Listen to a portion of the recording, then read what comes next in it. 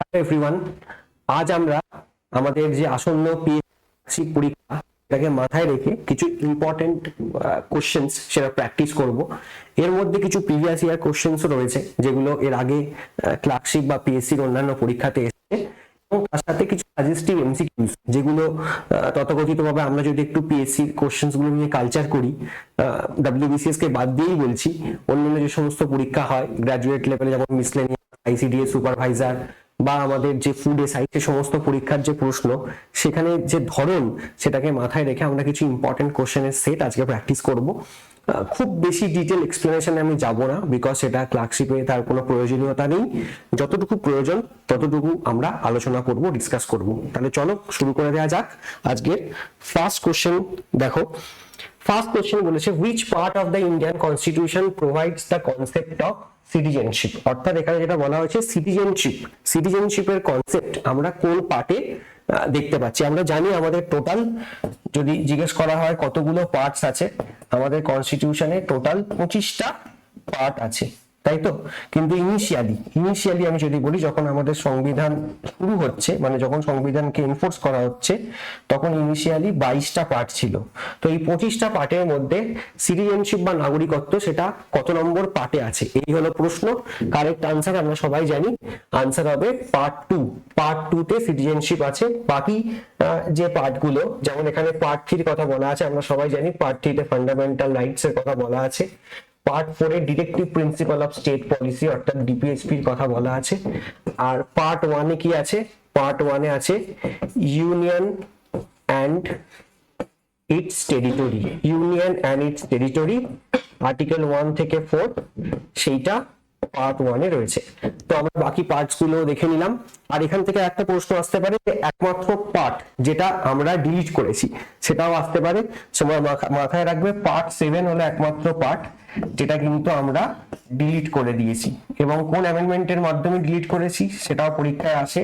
7th constitutional amendment act 1956, এই অ্যামেন্ডমেন্টের মাধ্যমে আমরা পার্ট 7 একমাত্র পার্ট যেটাকে ডিলিট করেছি। তাহলে চলো আমরা নেক্সট প্রশ্নে চলে যাই। নেক্সট প্রশ্ন বলছে, কোশ্চেন নাম্বার 1 এটা তো হয়ে গেল, পার্ট 2 আনসার করা আছে। কোশ্চেন নাম্বার 2 কি বলছে দেখো, the original constitution of India was hand written in English. অর্থাৎ এটা ইংরেজিতে হাতে কার লেখা। আমরা জানি অরিজিনাল কনস্টিটিউশন সেটা রিটেন, ঠিক আছে, রিটেন এবং সেটা নিজের হাতে লেখা। তা কে ইংরেজিতে লিখেছেন? 4টে অপশন আছে আমাদের, প্রেম বিরাহী নারায়ণ রায়জাদা, এস.এন. মুখার্জি, বি.আর. আম্বেদকর এবং none of the above. Correct answer আমরা সবাই জানি অপশন এ, দ্যাট ইজ প্রেম বিরাহী নারায়ণ রায়জাদা। এটা আনসার হবে। তিনি নিজের হাতে কনস্টিটিউশনটা ফ্রেম করেছিলেন, লিখেছিলেন, এবং এই কনস্টিটিউশন, অরিজিনাল যে কনস্টিটিউশন, সেটা কিন্তু আজও আমাদের দেশের যে পুরনো যে পার্লামেন্ট বিল্ডিং, যেটাকে আমরা সংবিধান সদন বলি, সেখানে কিন্তু এখনো তার যে লাইব্রেরি সেখানে কিন্তু রয়েছে। অরিজিনাল কনস্টিটিউশনটা কিন্তু রিটেন, হাতে লেখা, ইংরেজিটা প্রেম বিরাহী নারায়ণ রায়জাদা। বি.আর. আম্বেদকর আমরা ইম্পর্টেন্ট নাম মাথায় রাখবো। Doctor B.R.. আম্বেদকর তিনি কি ছিলেন? তিনি ছিলেন ড্রাফটিং কমিটির চেয়ারম্যান। এটা বারবার পিএসসি পরীক্ষাতে জিজ্ঞেস করা হয়, তো এটা তোমরা একটু মাথায় রাখবে। আমাদের যে ড্রাফটিং কমিটি ছিল, সেই ড্রাফটিং কমিটির চেয়ারম্যান ছিলেন ডক্টর বি.আর. আম্বেদকর। এটাও বারবার জিজ্ঞেস করে। আমরা নেক্সট প্রশ্নে চলে যাই, কোশ্চেন নাম্বার 3। কোশ্চেন নাম্বার 3 বলছে দেখো, দ্য টার্ম সেকুলার বা সমাজ, আমাদের ধর্মনিরপেক্ষ, এই টার্মটা প্রিএমবেলে ইন্ডিয়ান কনস্টিটিউশনের কত সালে অ্যাড হয়েছে? অর্থাৎ প্রিএমবেলে সেকুলার বলে যে টার্মটা, সেটা কত সালে অ্যাড হয়েছে, এটা হলো প্রশ্ন। 4টে সাল এখানে অপশনে আছে, 67, 76, 92 নাকি 78। আমরা মনে করি খুব ইজিলি তোমরা এই প্রশ্নের উত্তর দিতে পারবে, খুব ইজি কোশ্চেন। কারেক্ট আনসার হবে 1976, 1976 সাল। এবং 1976 সালে আমরা সবাই জানি একটা বিখ্যাত অ্যামেন্ডমেন্ট, যেটাকে আমরা বলি 42nd কনস্টিটিউশনাল অ্যামেন্ডমেন্ট অ্যাক্ট, 42তম সংবিধান সংশোধনী আইন। তার মাধ্যমে 3টে ওয়ার্ড আমাদের প্রিএমবেলে অ্যাড হচ্ছে। একটা হলো সেকুলার, একটা হলো সোশ্যালিস্ট, এবং আর একটা হলো ইন্টিগ্রিটি। এই 3টে শব্দ আমাদের কনস্টিটিউশনে অ্যাড হচ্ছে, প্রিএমবেলে অ্যাড হচ্ছে স্পেসিফিক্যালি 42তম সংবিধান সংশোধনী আইন আর এই 42তম সংবিধান সংশোধনী আইনকে আমরা কি বলে থাকি, এটাকে আমরা মিনি কনস্টিটিউশন বলে থাকি। কারণ যখন আমাদের দেশে এমার্জেন্সি লাগু হয়েছিল তোমরা সবাই জানো 25 জুন 1975, তারপরে এই যে 76 এই যে পার্টিকুলার তোমার অ্যামেন্ডমেন্টটা হচ্ছে সেখানে কিন্তু প্রচুর সংবিধান সংশোধন হয়েছে। তো সেটাকে মাথায় রেখে কিন্তু এই পার্টিকুলার অ্যামেন্ডমেন্টটা কারেক্ট অ্যান্সার হবে অপশন বি 1976। সেকুলার, সোশ্যালিস্ট এবং ইন্টিগ্রিটি এই তিনটে শব্দ আমাদের প্রিএমবেলে অ্যাড করা হচ্ছে। আমরা নেক্সট কোশ্চেন চলে যাই, কোশ্চেন নাম্বার 4। কোশ্চেন নাম্বার 4 হলো drafting committee chaired by doctor B R Ambedkar. অর্থাৎ ডক্টর বি আর আম্বেদকর তিনি যে ড্রাফটিং কমিটি তার যে চেয়ারম্যান ছিলেন, কনস্টিটিউটেড অন, অর্থাৎ ড্রাফটিং কমিটিটা কবে তৈরি হচ্ছে সেটা জিজ্ঞেস করা হয়েছে। মানে ড্রাফটিং কমিটি আমরা সবাই জানি কনস্টিটিউশনের যে ছোট ছোট মাইনর বা মেজর কমিটি ছিল, সেই সমস্ত কমিটিগুলো যে রিপোর্টস পাঠাচ্ছে সেই রিপোর্টস গুলোকে অ্যাকুমুলেট করে কম্পাইল করে কনস্টিটিউশনের যে একটা খসড়া তৈরি হচ্ছে, একটা ইনিশিয়াল ড্রাফট তৈরি হচ্ছে, এবং সেই ড্রাফট করছে কোন কমিটি, ড্রাফটিং কমিটি। এই ড্রাফটিং কমিটিটা কবে তৈরি হয়েছিল? দেখো চারটে অপশন আছে, 9 ডিসেম্বর 1946, 13 ডিসেম্বর 1946, 29 আগস্ট 1947, নাকি নান অফ দ্য অ্যাবভ। এবার এই যে ডেট গুলো নিয়ে যদি আমরা একটু আলোচনা করি, দেখো এখানে কারেক্ট আনসার তো হবে অবভিয়াসলি 29 আগস্ট 1947, অর্থাৎ আমাদের স্বাধীনতার ঠিক 14 দিন পরে। বাকি ডেট গুলো নিয়ে যদি বলি, 9 ডিসেম্বর আমাদের ফার্স্ট সেশন হয়েছিল, অর্থাৎ আমাদের যে কনস্টিটিউয়েন্ট অ্যাসেম্বলি তার ফার্স্ট সেশনটা হয়েছিল 9 ডিসেম্বর। এটা মাথায় রাখবো আমরা। 13 ডিসেম্বর অবজেক্টিভস রেজলিউশন যে প্রস্তাবটা জওহরলাল নেহেরু এনেছিলেন, স্পেসিফিক্যালি আমাদের দেশের সংবিধান শুধুমাত্র একটা গাইডলাইন হিসেবে কাজ করবে তা নয়, এই সংবিধানে আর একটা উদ্দেশ্য হলো, একটা অবজেক্টিভ হলো মানুষকে লিবার্টি দেয়া, মানুষকে ইকুয়ালিটি, জাস্টিস এগুলো দেয়া। সেটার কথাই রেজলিউশনে বলা ছিল, যেটা পরে পাস হয়ে যাচ্ছে সংবিধান সভায় বা গণপরিষদে সর্বসম্মতভাবে 22 জানুয়ারি 1947। তাহলে স্পেসিফিক্যালি আমরা মাথায় রাখবো ড্রাফটিং কমিটি এটা তৈরি হচ্ছে কবে, 29 আগস্ট। বাকি দুটো ডেটও আমি তোমাদেরকে বলে দিলাম। মেকিং অফ দ্য কনস্টিটিউশন চ্যাপ্টারে যে ইম্পর্টেন্ট ডেট গুলো আছে সেগুলো আমরা একটু মাথায় রাখবো, সেখান থেকে কিন্তু পরীক্ষায় প্রশ্ন করা হয়। ঠিক আছে, 3 নম্বর প্রশ্ন, 4 নম্বর প্রশ্ন হয়ে গেল। আমরা 5 নম্বর প্রশ্নে চলে যাই। 5 নম্বর প্রশ্ন বলছে, a parliamentary form of government is borrowed from the constitution of. অর্থাৎ বলা হচ্ছে যে আমাদের যে সংসদীয় গণতন্ত্র, পার্লামেন্টারি ডেমোক্রেসি, সেই কনসেপ্ট আমরা কোন দেশ থেকে নিয়েছি? চারটে অপশন আছে, ইউকে, ইউএস, ফ্রান্স, নাকি ইউএসএসআর। আমরা মাথায় রাখবো পার্লামেন্টারি স্ট্রাকচার মানে কি। পার্লামেন্টারি স্ট্রাকচার মানে হলো পার্লামেন্ট বা লেজিসলেচারে লোয়ার হাউসে যে দলের মেজরিটি সেই দল সরকার তৈরি করবে। তোমরা খেয়াল করে দেখবে আমাদের পশ্চিমবঙ্গের ক্ষেত্রে বা রাজ্যগুলোর ক্ষেত্রে আমাদের যে লোয়ার হাউস মানে বিধানসভায় যার মেজরিটি সে আলটিমেট পশ্চিমবঙ্গ সরকার বা রাজ্যের সরকার তৈরি করে, বা আমাদের কেন্দ্রীয় আইনসভার ক্ষেত্রে, ইউনিয়ন লেজিসলেচারের ক্ষেত্রে লোয়ার হাউস মানে লোকসভা যার মেজরিটি সে ভারত সরকার তৈরি করে। তাই এই যে পার্লামেন্টারি ডেমোক্রেসির কনসেপ্ট সেটা আমরা কোথা থেকে নিয়েছি? অবশ্যই আমরা ইউনাইটেড কিংডম বা ইউকে থেকে নিয়েছি। কারেক্ট আনসার হবে অপশন এ, ইউকে বা ব্রিটেন, সেখান থেকে আমরা আমাদের এই পার্লামেন্টারি স্ট্রাকচারটা নিয়েছি। আমরা নেক্সট প্রশ্নে চলে যাই, কোশ্চেন নাম্বার 6। কোশ্চেন নাম্বার 6 বলছে, the concept of concurrent list in the Indian constitution is taken from the constitution of। অর্থাৎ বলা হচ্ছে কনকারেন্ট লিস্ট বা সমবর্তী তালিকা, এই কনসেপ্ট আমরা কোন দেশ থেকে নিয়েছি? কনকারেন্ট লিস্ট মানে হলো সেই লিস্টে এমন বিষয় থাকবে তার উপর রাজ্যের আইনসভাও আইন তৈরি করতে পারবে, কেন্দ্রের আইনসভাও আইন তৈরি করতে পারবে। যুগ্ম তালিকা বা সমবর্তী তালিকা বলা হয়। আমাদের স্পেসিফিক্যালি 3টে লিস্ট হয় কনস্টিটিউশনের 7 শিডিউলে, union list, state list, concurrent list. তো কনকারেন্ট লিস্টের কনসেপ্ট আমরা কোন দেশ থেকে নিয়েছি? চারটে অপশন, অস্ট্রেলিয়া, ইউকে, ফ্রান্স, নাকি ইউএসএসআর। কারেক্ট আনসার হবে option A, that is Australia. Australia থেকে আমরা কনকারেন্ট লিস্টের কনসেপ্ট নিয়েছি। আমরা নেক্সট প্রশ্নে চলে যাই। নেক্সট প্রশ্ন বলছে, question number 7, Goa got the statehood in which year. অর্থাৎ গোয়া, যেটা আমরা জানি প্রাথমিকভাবে যেটা একটা পর্তুগিজ শাসিত অঞ্চল ছিল, পরে 1961 গোয়া আলটিমেট ভারতবর্ষে পলিটিক্যালি ঢুকে যাচ্ছে এবং গোয়া দমন এন্ড দিউ একটা ইউনিয়ন টেরিটরি হিসেবে আসছে। যখন 12 কনস্টিটিউশনাল অ্যামেন্ডমেন্ট অ্যাক্ট পাস হচ্ছে, পরে কিন্তু গোয়া দমন এন্ড দিউ যে ইউনিয়ন টেরিটরি সেখান থেকে গোয়া একটা পৃথক রাজ্য হচ্ছে। প্রশ্ন করা হয়েছে যে গোয়া রাজ্যটা তৈরি হচ্ছে কবে। মাথায় রাখবে গোয়া দমন অ্যান্ড ডিউ রিঅর্গানাইজেশন অ্যাক্ট 1987, 87 সালের যে গোয়া দমন অ্যান্ড ডিউ রিঅর্গানাইজেশন অ্যাক্ট, তার মাধ্যমে গোয়া রাজ্যটা তৈরি হচ্ছে। এখানে চারটে অপশন আছে, 88, 78, 86, 87। কারেক্ট অ্যান্সার হবে অপশন ডি, দ্যাট ইজ 1987। এগুলো কিন্তু স্পেসিফিক্যালি পলিটি রিলেটেড জিকের প্রশ্ন, যেগুলো ক্লার্কশিপের মতো পরীক্ষাতে বারবার করা হয়েছে বা পিএসসির পরীক্ষাগুলোতে করা হয়েছে। তো এগুলো কিন্তু অবশ্যই তোমাদেরকে দেখে যেতে হবে। আমরা 8 নম্বর প্রশ্নে চলে যাই। 8 নম্বর প্রশ্ন বলছে the idea of fundamental duties is inspired from the constitution of fundamental duty যে কনসেপ্ট, ফান্ডামেন্টাল ডিউটি মানে হলো মৌলিক আমাদের কর্তব্য। সেই মৌলিক কর্তব্য কিন্তু আগে আমাদের ছিল না কনস্টিটিউশনে, এটা কিন্তু পরে কনস্টিটিউশনে এসছে। যদি আমি ফান্ডামেন্টাল ডিউটির কথা বলি, ফান্ডামেন্টাল ডিউটি কোন পার্টে বলা আছে আমরা সবাই জানি, পার্ট 4A। এখানে ফান্ডামেন্টাল ডিউটির কথা বলা আছে। যদি আমি আর্টিকেল বলি, আর্টিকেল 51A। টোটাল এই মুহূর্তে ফান্ডামেন্টাল ডিউটি কটা আছে? 11টা। এই ফান্ডামেন্টাল ডিউটির কনসেপ্ট আমরা কোথা থেকে নিয়েছি? ইউকে, ইউএসএ, আয়ারল্যান্ড নাকি ইউএসএসআর? কারেক্ট আনসার হবে ইউএসএসআর, অর্থাৎ আগে যেটা ছিল সোভিয়েত ইউনিয়ন, এখন রাশিয়া হয়ে গেছে। আমরা জানি ইউএসএসআর এ কমিউনিস্ট রুল আর নেই, তো সেই ইউএসএসআর থেকে কিন্তু এই ফান্ডামেন্টাল ডিউটির কনসেপ্ট আমরা নিয়েছি এবং ফান্ডামেন্টাল ডিউটিও আমাদের অ্যাড করা হয়েছে। তোমরা জানো সেই মিনি কনস্টিটিউশন বা 42nd কনস্টিটিউশন অ্যামেন্ডমেন্ট অ্যাক্ট 1976 এর মাধ্যমে।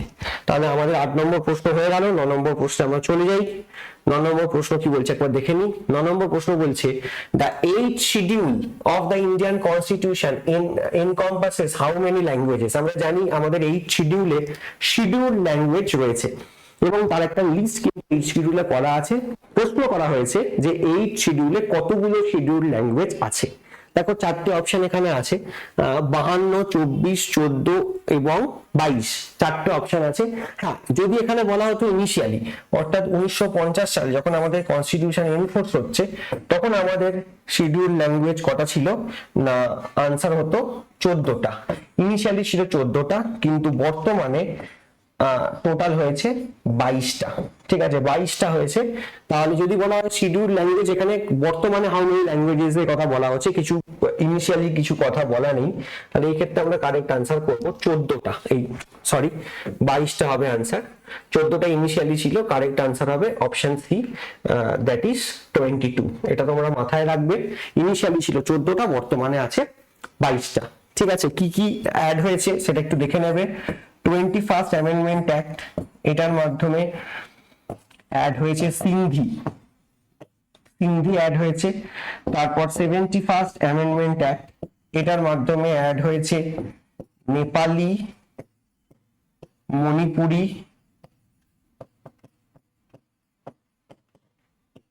কঙ্কনি।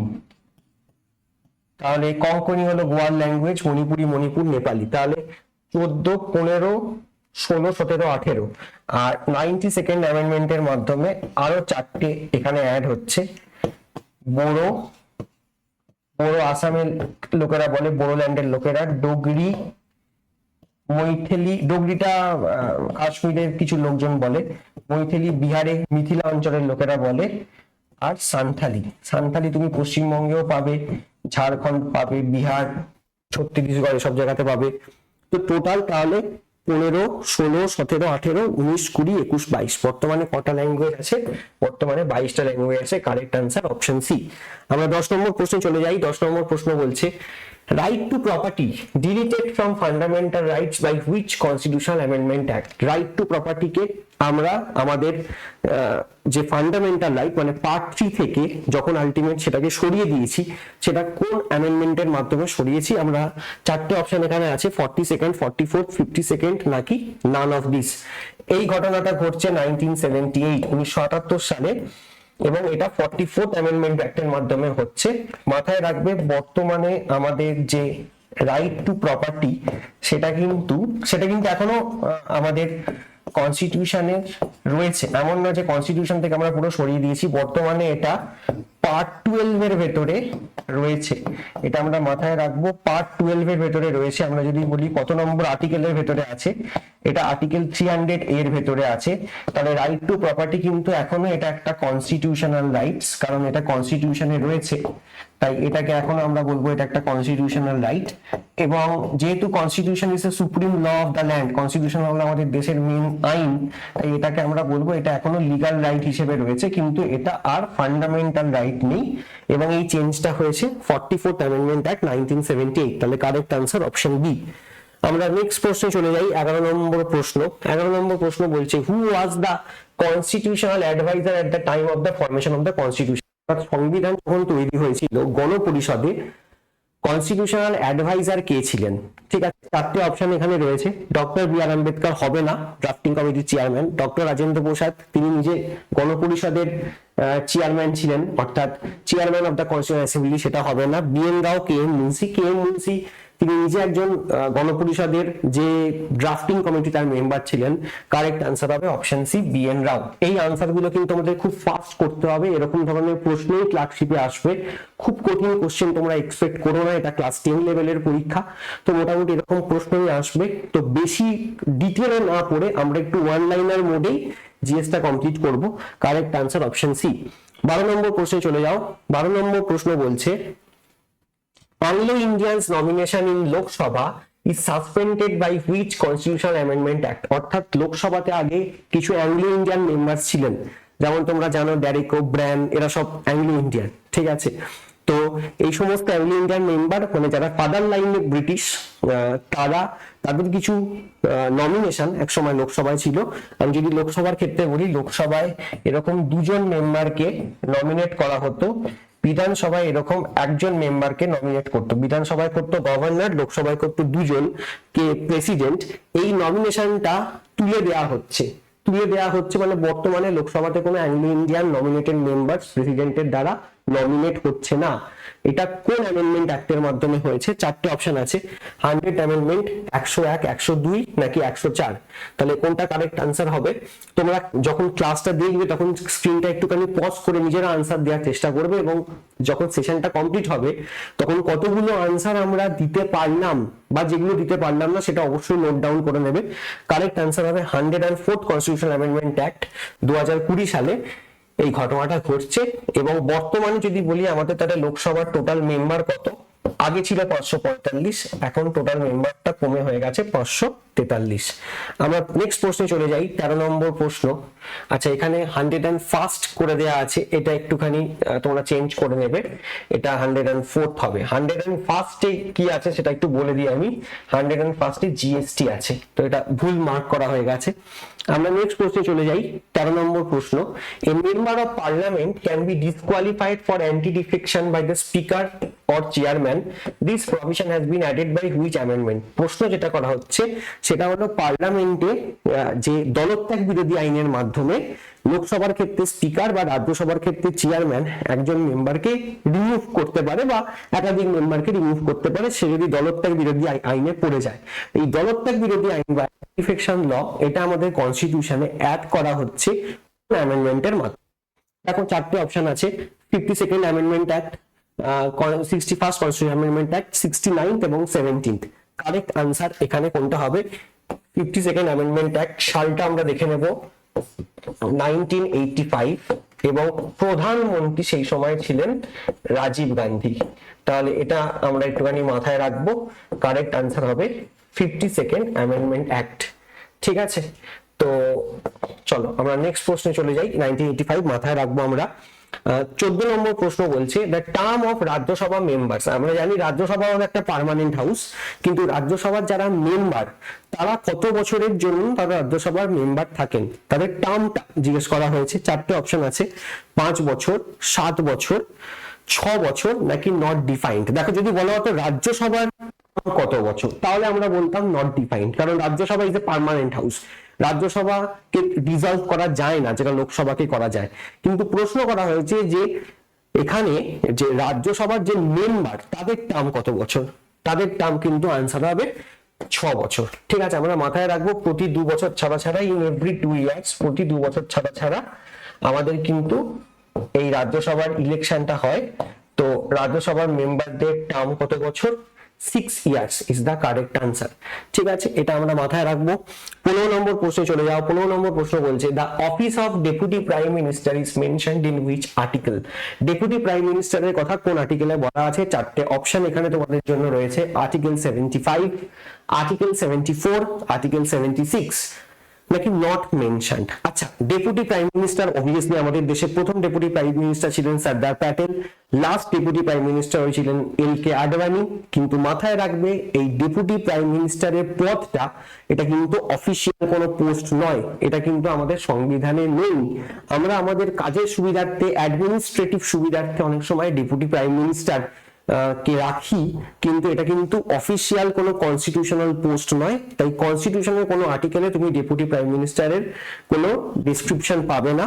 তাই কারেক্ট আনসার হবে option D, that is not defined.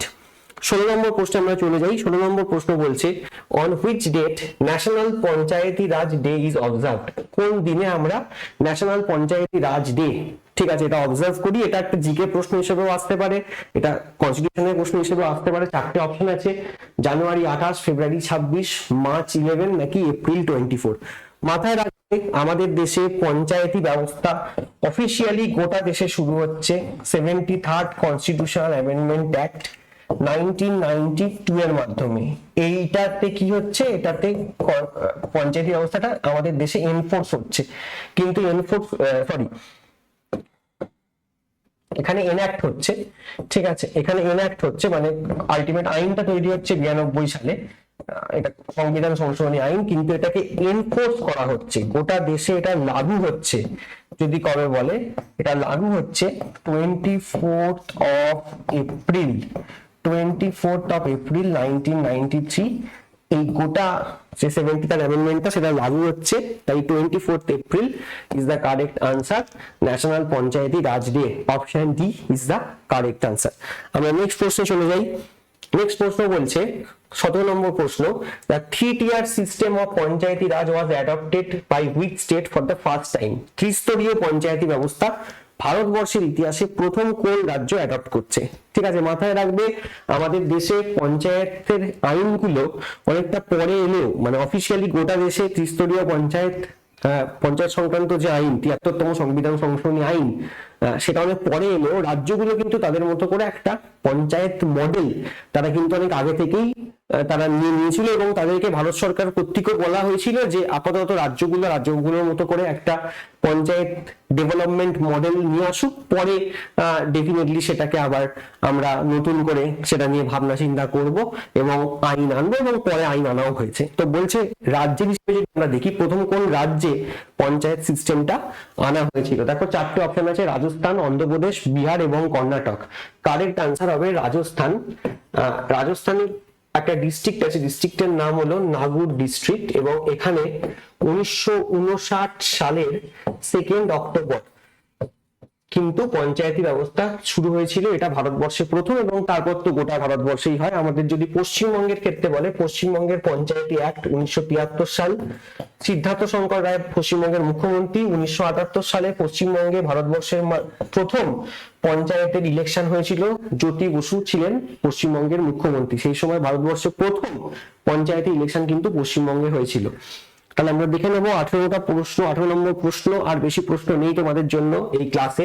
In which article of the constitution the adult suffrage is recognised? অর্থাৎ এই যে আমরা বলি না 18 বছর বয়স হয়ে গেলে আমরা ভোটে অংশগ্রহণ করতে পারবো, এটাকে আমরা বলি ইউনিভার্সাল অ্যাডাল্ট ফ্র্যাঞ্চাইজ। অর্থাৎ তোমার ধর্ম, বর্ণ, জাত যাই হোক না কেন, আগে যেটা ছিল আমরা দেখেছিলাম লর্ড মিন্টোর সময় ওই ধর্মের নিরিখে ভোটারদের মধ্যে একটা ভাগাভাগি করে দেওয়া হয়েছিল, সেপারেশন অফ ইলেক্টরেট, সেটা কিন্তু পুরোপুরি বন্ধ হয়ে যায়, এবং 18 বছর বয়স হয়ে গেলেই তুমি ভোট দিতে পারবে। আগে ছিল 21, পরে সেটা কমে হয়ে যাচ্ছে 18। সেই কথাটা, অর্থাৎ 18 বছর বয়সেই যে আমরা ভোট দিতে পারবো, সেটার কথা কোন কনস্টিটিউশনের কোন আর্টিকেলে বলা আছে? চারটে অপশন, 324, 325, 326, 327। কারেক্ট আনসার কি হবে? তোমরা পজ করে আনসার দেওয়ার চেষ্টা করবে। কারেক্ট আনসার হবে আর্টিকেল 326। মাথায় রাখবে আর্টিকেল 324 ইলেকশন কমিশনের কথা বলা আছে, 326 বলা আছে ইউনিভার্সাল অ্যাডাল্ট ফ্র্যাঞ্চাইজ, অর্থাৎ 18 বছর হয়ে গেলেই আমরা ভোট দান করতে পারবো, শুধুমাত্র ইলেকটোরাল রোলে আমাদের নামটাকে এনলিস্ট করতে হবে। 19 নম্বর প্রশ্নে আমরা চলে যাই। 19 নম্বর প্রশ্ন বলছে, under which of the following articles of the constitution the president of India has been empowered to promulgate an ordinance. অর্থাৎ যখন অর্ডিন্যান্স কখন জারি করা হয়, যখন আমাদের লোকসভা, রাজ্যসভা, পার্লামেন্টের হাউসগুলো যখন বন্ধ থাকে, তখন যদি কোনো এমার্জেন্সি আইন নিয়ে আসতে হয়, তখন প্রেসিডেন্ট অর্ডিন্যান্স জারি করে আইন আনতে পারে, আইন তৈরি করতে পারে টেম্পোরারি, কারণ আলটিমেট হাউস খোলা 6 সপ্তাহের মধ্যে সেটাকে আবার পাস করিয়ে নিতে হয়। তো এই টেম্পোরারি অর্ডিন্যান্স প্রেসিডেন্ট তৈরি করতে পারে। এটা একটা প্রেসিডেন্টের সাংবিধানিক ক্ষমতা, একটা লেজিসলেটিভ পাওয়ার, যেটা কনস্টিটিউশনের পক্ষ থেকে প্রেসিডেন্টকে দেওয়া হয়েছে। কোন আর্টিকেলে প্রেসিডেন্টের অর্ডিন্যান্স? চারটে অপশন, আর্টিকেল 360, 200, 123, 356। কারেক্ট আনসার হবে আর্টিকেল 123। 360 টা মনে রাখবে, এটা ইম্পর্টেন্ট। এটা হলো ফিনান্সিয়াল এমার্জেন্সি, অর্থাৎ দেয় মাঝে মাঝে পরীক্ষাতে ফিনান্সিয়াল এমার্জেন্সির কথা কোন আর্টিকেলে বলা আছে? আর্টিকেল 360। 356টা ইম্পর্টেন্ট, বারবার আমাদের নিউজে তোমরা দেখতে পাও। প্রেসিডেন্ট রুল, সবসময় বিরোধী দলের লোকেরা বলে যেখানে এমার্জেন্সি জারি করতে হবে, পশ্চিমবঙ্গের যা অবস্থা। তো আর্টিকেল 123 তোমরা মাথায় রাখবে। 20 নম্বর প্রশ্নে আমরা চলে যাই। 20 নম্বর প্রশ্ন বলছে, which article of the constitution of India deals with the pardoning power of the governor. অর্থাৎ আমরা জানি আমাদের রাজ্যপালের পার্ডনিং পাওয়ার আছে এবং আমাদের প্রেসিডেন্ট, তারও পার্ডনিং পাওয়ার আছে। রাজ্যের আইনের ক্ষেত্রে গভর্নর বা রাজ্যপাল সে পার্ডন করতে পারে, এবং কেন্দ্রীয় আইনের ক্ষেত্রে এবং মার্শাল ল এর ক্ষেত্রে প্রেসিডেন্ট পার্ডন করতে পারে। তো রাজ্যপাল বা গভর্নরের যে পার্ডনিং করার ক্ষমতা আছে সেটা কোন আর্টিকেলে বলা আছে? চারটে অপশন এখানে আছে, আর্টিকেল 150, 173, 189 নাকি 161। তোমরা পজ করে আনসার দেওয়ার চেষ্টা করবে। Very important article for your exam. Correct answer হবে option D, that is article 161। Article 161 এ আমাদের রাজ্যপালের যে ক্ষমা করার অধিকার সেটার কথা বলা আছে। যদি জিজ্ঞেস করে প্রেসিডেন্টের পার্ডনিং পাওয়ারের কথা, প্রেসিডেন্টের পার্ডনিং পাওয়ারের কথা কোথায় বলা আছে, সেই ক্ষেত্রে আমরা কিন্তু আনসার দেব আর্টিকেল 72। আর্টিকেল 72 তে প্রেসিডেন্টের পার্ডনিং পাওয়ারের কথা বলা আছে। ঠিক আছে, তাহলে এই ছিল মোটামুটি তোমাদের আজকের ফার্স্ট সেশন। ঠিক আছে, থ্যাংক ইউ এভরিওয়ান। তোমরা অবশ্যই কিন্তু কোশ্চেন্স গুলো একটুখানি ডাউনলোড করে রাখবে বা খাতায় লিখে রাখবে, বা ভিডিওটাও ডাউনলোড করে রাখতে পারো, এবং পরীক্ষার আগের দিন অবশ্যই কোশ্চেন্স গুলো একটু রিভাইজ করে যাবে।